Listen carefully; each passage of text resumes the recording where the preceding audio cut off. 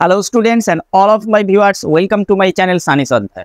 আজকে আমি উপস্থাপন করতে চলেছি পুরাণের নবনির্মাণকারী কবি মাইকেল মধুসূদন দত্ত বিরচিত মেঘনাদ বধ কাব্যের অন্তর্গত অভিষেক কাব্যখানি।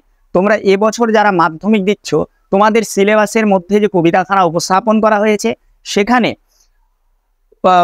মধুকবি মাইকেল মধুসূদন দত্তের মেঘনাদ বধ কাব্যের প্রথম স্বর্গ অভিষেকের 786টি পংক্তির মধ্যে 106টি পংক্তি অন্তর্ভুক্ত হয়েছে। এর কঠিন কঠিন যে শব্দবন্ধগুলো আছে, তো সেগুলো তোমাদের একটা ভীতির কারণ হয়ে দাঁড়ায়। তাই আজকের আমার এই ভিডিওতে আমি প্রত্যেকটি শব্দের অর্থ, ব্যাখ্যা এবং লাইন ভিত্তিক আলোচনার মাধ্যমে আমি এই কবিতাটা তোমাদের সামনে উপস্থাপন করতে চলেছি। আশা করি তোমরা যদি ভিডিওটা শেষ পর্যন্ত দেখো তাহলে অবশ্যই উপকৃত হবে। তো আমি বললাম যে পুরাণের নবনির্মাণকারী কবি মাইকেল মধুসূদন দত্ত বিরচিত, অর্থাৎ তিনি পুরাণকে নবরূপে নির্মিত করেছেন। তোমাদের এই কবিতাটাও তার অন্তর্গত। তাই এই কবিতাটি পড়ার আগে আমাদের কিন্তু এই কবিতার পূর্বসূত্র সম্পর্কে একটু আলোচনা করা উচিত।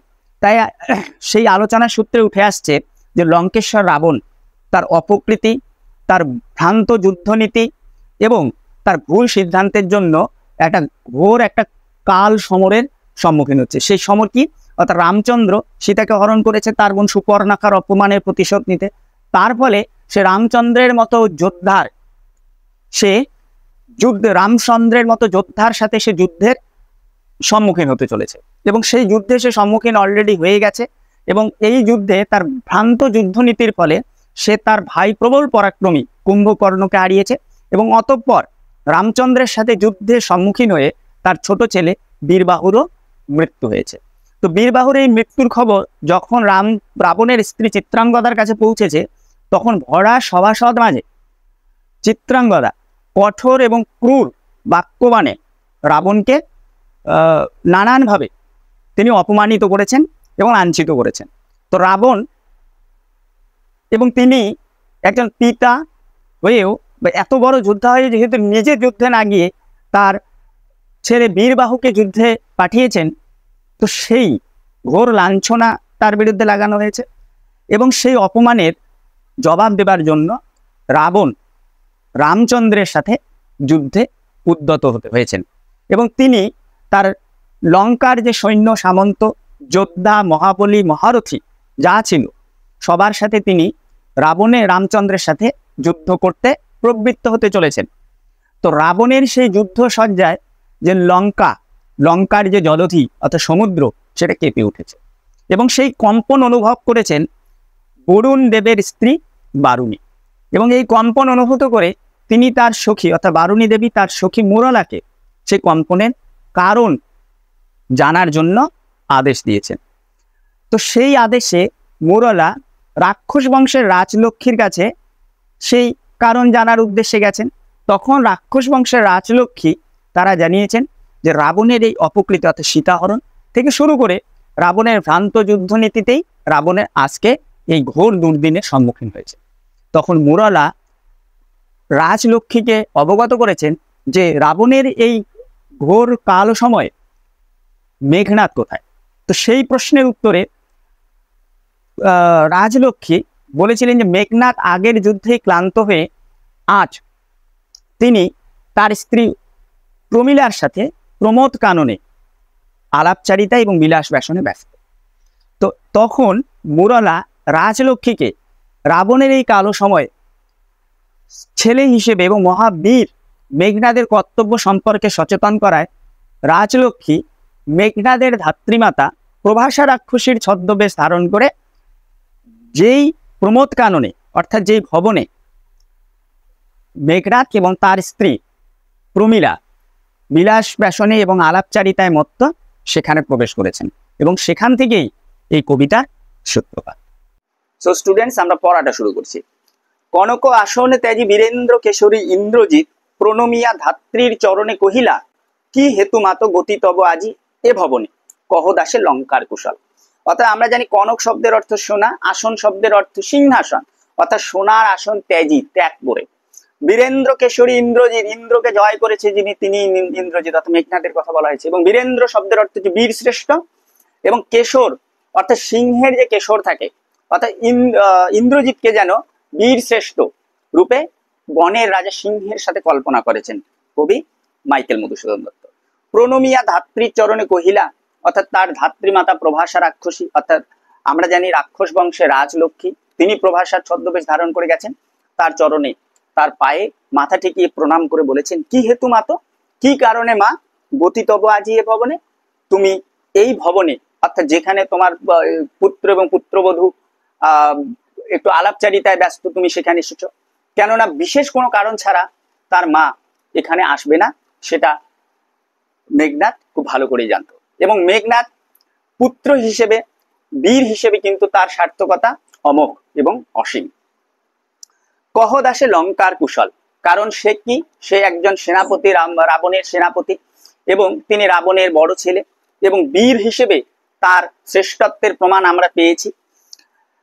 তো সেই লঙ্কার অর্থাৎ লঙ্কার একজন যোগ্য সেনাপতি হিসেবে সে তার মাকে বলেছে কহ দাসে লঙ্কার কুশল, অর্থাৎ নিজেকে সে তার মায়ের দাস অর্থাৎ সেবক হিসেবে উপস্থাপন করে বলেছে যে তুমি আমাকে লঙ্কার অর্থাৎ আমাদের এই লঙ্কার তুমি কুশল অর্থাৎ ভালো সংবাদ দাও।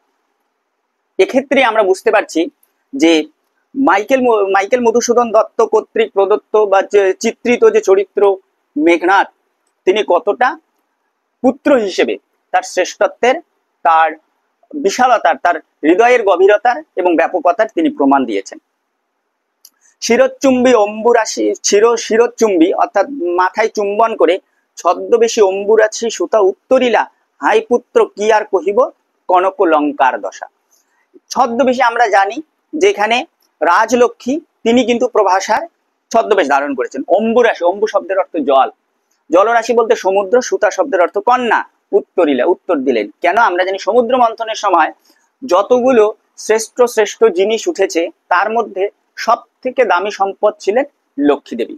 যেহেতু সমুদ্রের থেকেই তার উৎপত্তি, তাই লক্ষ্মী দেবীকে অম্বুরাশি অর্থাৎ জলরাশি মানে সমুদ্র রাশির কন্যা হিসেবে কল্পনা করা হয়েছে বা এখানে উপস্থাপন করা হয়েছে। হাই পুত্র অর্থাৎ বিস্ময়বাদ বলেছে, অর্থাৎ দুঃখ প্রকাশ করে বলেছেন, হাই পুত্র কি আর কহিব কনক লঙ্কার দশা, বলেছে হে পুত্র তোমাকে আর আমি এই স্বর্ণ লঙ্কার অবস্থার কি কথা বলবো। ঘোরতর রণে হত প্রিয় ভাই তব বীরবাহু বলি, অর্থাৎ ঘোরতর ভীষণ যুদ্ধে তোমার প্রিয় ভাই অর্থাৎ তোমার অনুজ, তোমার কনিষ্ঠ ভ্রাতা, তোমার ছোট ভাই বীরবাহু সে আজ বলি প্রদত্ত হয়েছে, অর্থাৎ রামচন্দ্রের সাথে যুদ্ধে তার মৃত্যু হয়েছে।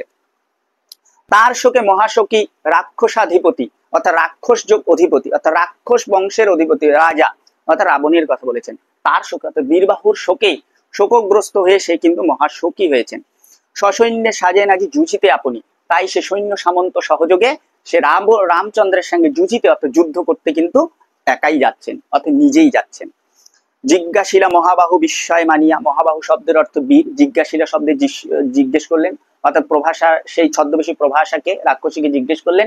বিস্ময় মানি অর্থাৎ বিস্মিত হয়ে জিজ্ঞেস করলেন, কি কহিলা ভগবতী, কে বধিল কবে প্রিয়ানুজে, অর্থাৎ সে অবাক হয়ে গেছে, কে বলল তোমাকে এই অত্যন্ত খারাপ সংবাদটা, কে কবে বধিল প্রিয়ানুজে, কে বধিল কবে প্রিয়ানুজে অর্থাৎ কে কবে আমার প্রিয় অনুজ, আমার সব থেকে প্রিয় ছোট ভাই তাকে হত্যা করেছে।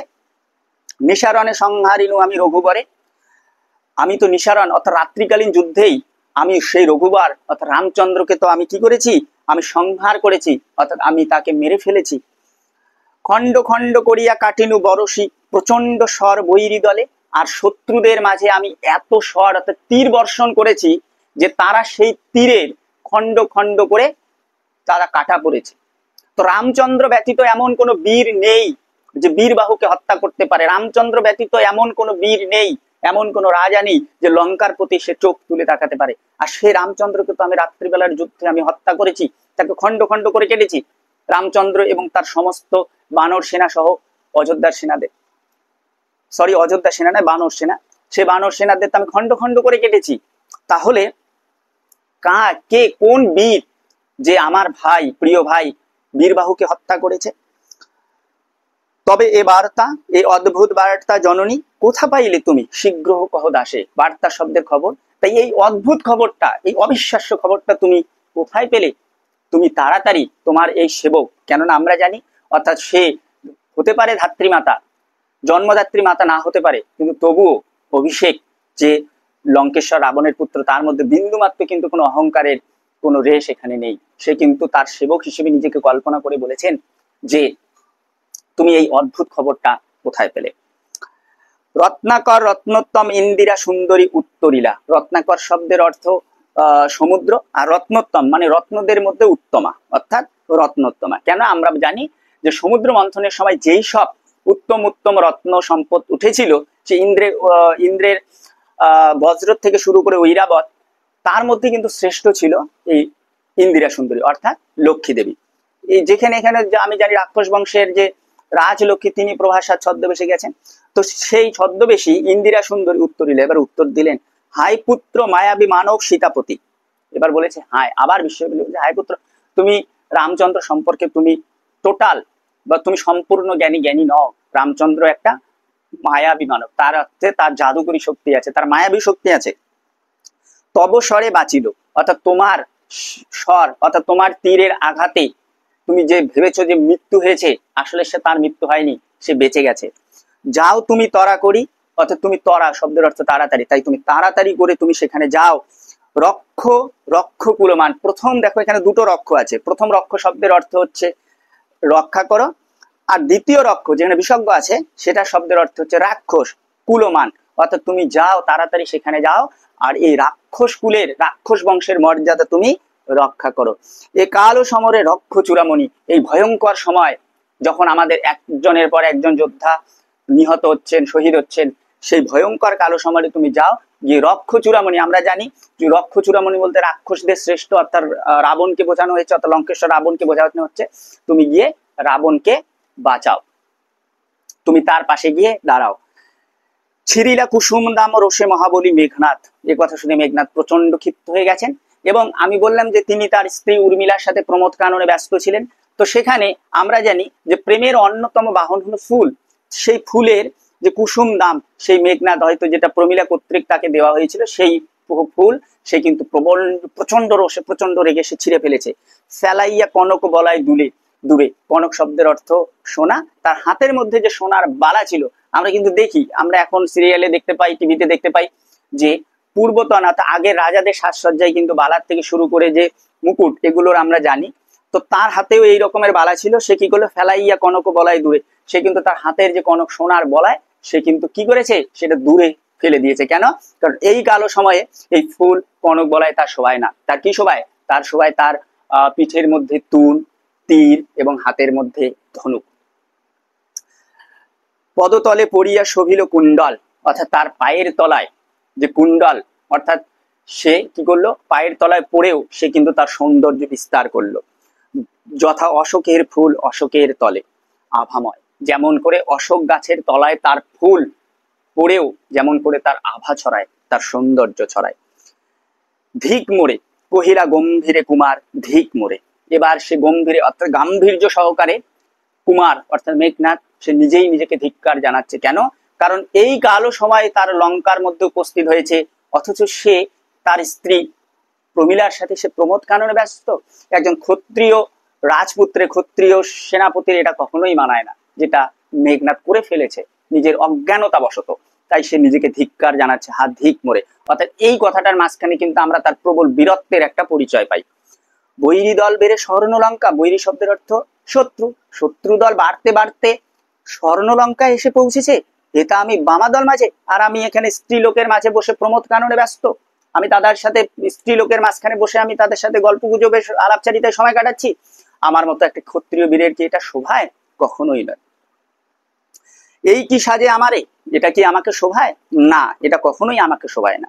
কেননা মেঘনাদের মতো মহারথীর কাছে এটা কখনো আশা করা যায় না। দশানন অত্যাজ আমি ইন্দ্রজিৎ। দশানন অর্থাৎ 10টা মাথার অধিকারী, আত্মজ শব্দের অর্থ হচ্ছে ছেলে, অর্থাৎ 10টা মাথার অধিকারী বলতে আমরা জানি রাবণের কথা বলা হয়েছে, তার আত্মজ তার ছেলে আমি ইন্দ্রজিৎ, অর্থাৎ আমি ইন্দ্রকে জয় করেছি, স্বর্গের রাজা ইন্দ্রকে জয় করেছি। আনুরথ তরা করি ঘুচাবো এ অপবাদ বোধির উপকূলে।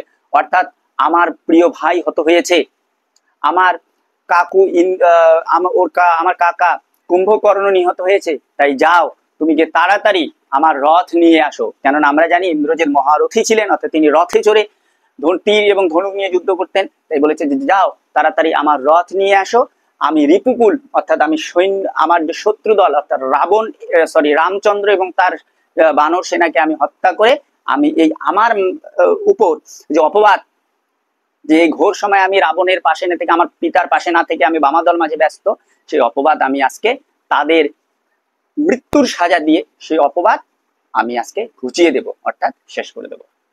সো স্টুডেন্টস, আমার পড়াটা কেমন লাগলো অবশ্যই কমেন্টে জানাবে। ভালো লাগলে একটা লাইক করে দেবে এবং বন্ধুদের মাঝখানে শেয়ার করে দেবে। আর আমার চ্যানেলটা সাবস্ক্রাইব করতে ভুলবে না। তোমরা যারা ফেসবুক পেজ থেকে দেখছো অবশ্যই পেজটিকে ফলো করে দেবে, কেননা তোমাদের একটা লাইক, কমেন্ট, শেয়ার এবং ফলো আমাকে আরও মোটিভেট করবে এই ধরনের ভিডিও উপস্থাপন করতে। আর আমি বধির উপকূলে পর্যন্তই, অর্থাৎ প্রথম থেকে শুরু করে বধির উপকূলে পর্যন্ত পড়ালাম। আমি নেক্সট যে অংশটুকু আছে কবিতাটার, সেটাও আমি পার্ট পার্ট করে আমার চ্যানেলে দেব। তাই সেটা পেতে গেলে আমার চ্যানেলের সাথে তোমাদের অবশ্যই যুক্ত থাকবে।